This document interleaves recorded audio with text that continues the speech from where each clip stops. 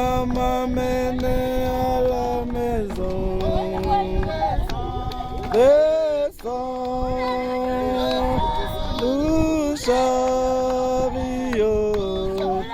Maintenant m'amener à la maison. Descends, nous chariot. Maintenant m'amener à la maison.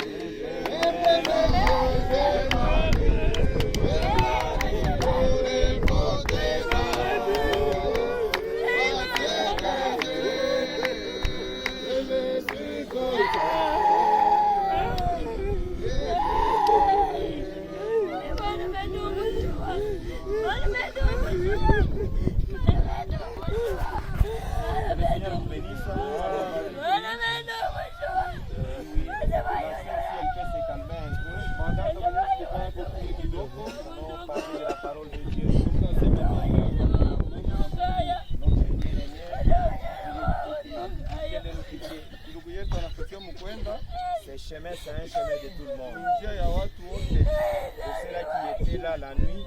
On avait parlé que si quelqu'un meurt comme ça, que ceci puisse nous interpeller.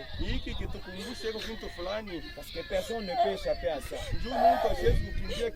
Que tu sois riche, que tu sois pauvre, que tu sois le président, chaque personne est liée à la mort. Hier la nuit quand on parlait que la mort a commencé depuis du temps d'Adam,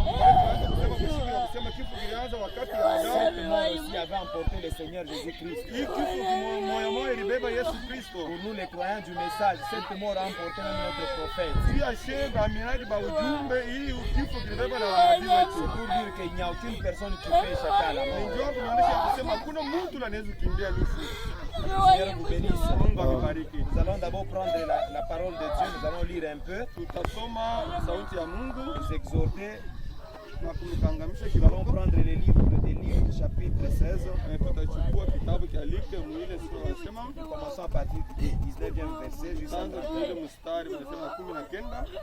nous lisons au nom de Jésus-Christ. Il y avait un homme riche qui était vêtu de pourpre et de feuilles de lin, qui chaque jour menait joyeusement et brillante vie. Un pauvre alikuwa masikini moja nommé Lazare, jina lake lilikuwa ni Lazare, était couché à sa porte, alilala kumulango couvert d'ulcère, alikuwa na bupele maungu mjini, et désiré de se rassasier, anaanza kupenda ajiba hata vile vilianza kuanguka chini, mieux qui tombait dans les tables du riche, vile njekele vilianza kuanguka kumeza ya mtajiri, même les chiens, hata imbwa il dit ceci, et même les chiens, devaient encore lâcher ses ulcères. Le pauvre mourit. Et il faut porter par les anges. Les riches moururent aussi. Et il fut enseveli dans le séjour des morts. Il leva les yeux. Il était quoi? Il était quoi au tourment? Il vit de loin Abraham et Lazare dans son sein. Il s'écria, Père Abraham, Père Abraham, ayez pitié de moi et envoie-moi Lazare pour qu'il trempe le bout de son doigt dans l'eau et me rafraîchir. Il dit ceci, me rafraîchir la langue, car je souffre cruellement dans cette flamme. Abraham répondit, mon enfant, souviens-toi que tu as reçu tes biens pendant ta vie, et que Lazare a eu le mot pendant la sienne. Maintenant il est ici consolé, et toi tu souffres. D'ailleurs, il y a entre nous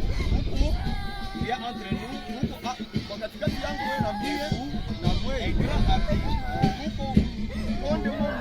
afin que ce qui voudrait passer ici vers vous ou de là vers nous,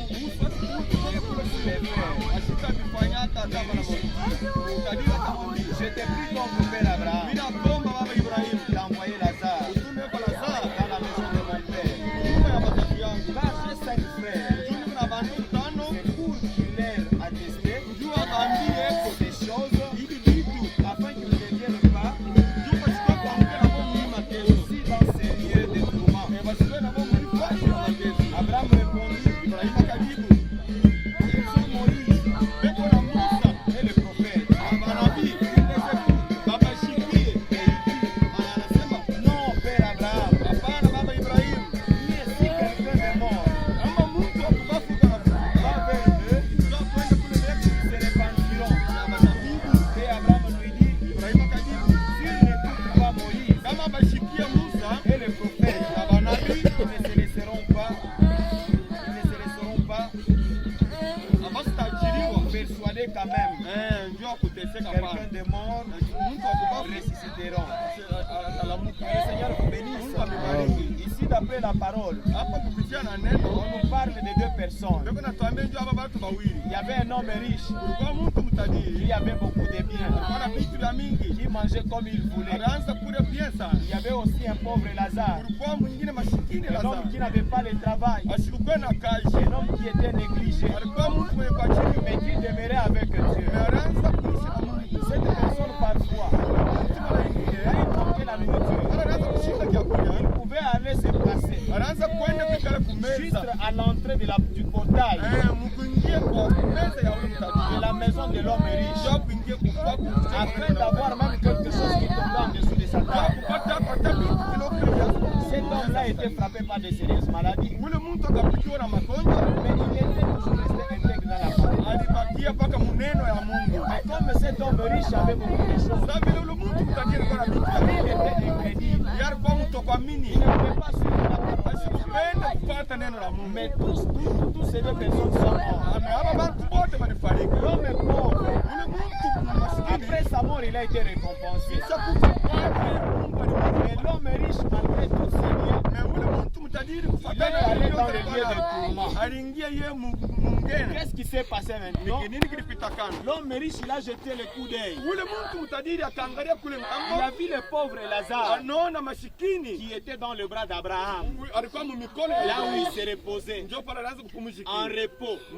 mfasi Mais quand l'homme est riche, ule mtu il s'est mtajiri retrouvé dans les tourments. analiona mu mateso, Là où il y a le feu, pale palikuwa moto. il cherchait même à avoir un goutte d'eau Anaanza kupenda bamwangushie kwa tatu pour maji qu'il puisse au moins se calmer.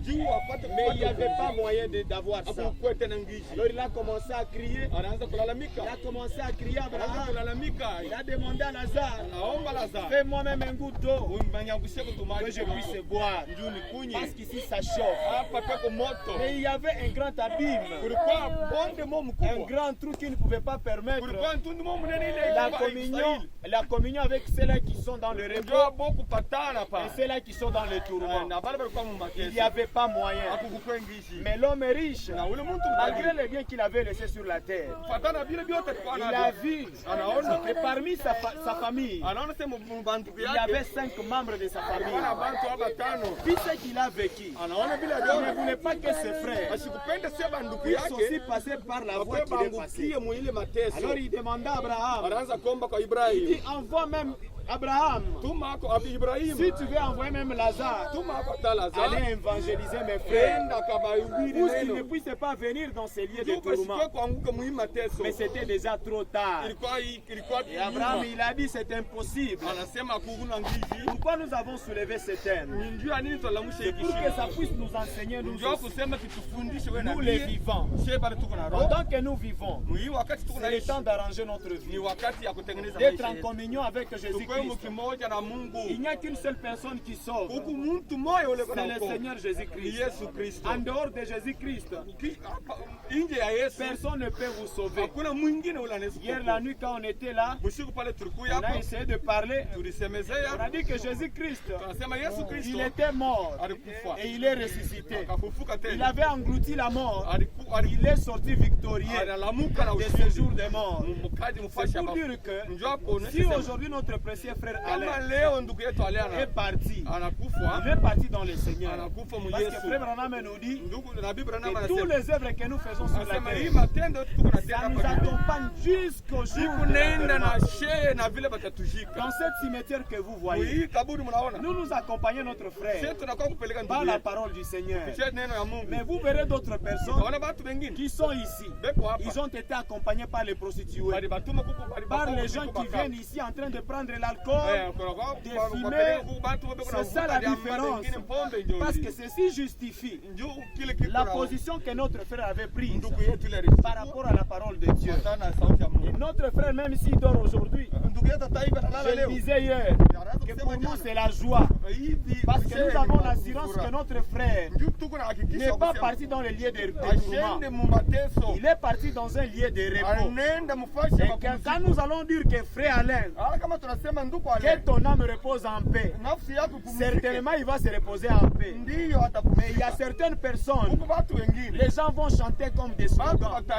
Que ton âme repose en paix, mais son âme ne se reposera pas. Il sera peut-être comme cet homme riche qui avait des grands biens, mais s'est retrouvé dans les lieux de tourment. Pour nous, la mort, ça ne nous effraie pas. Pour nous, la mort, c'est un chemin qui nous ramène vers le Père.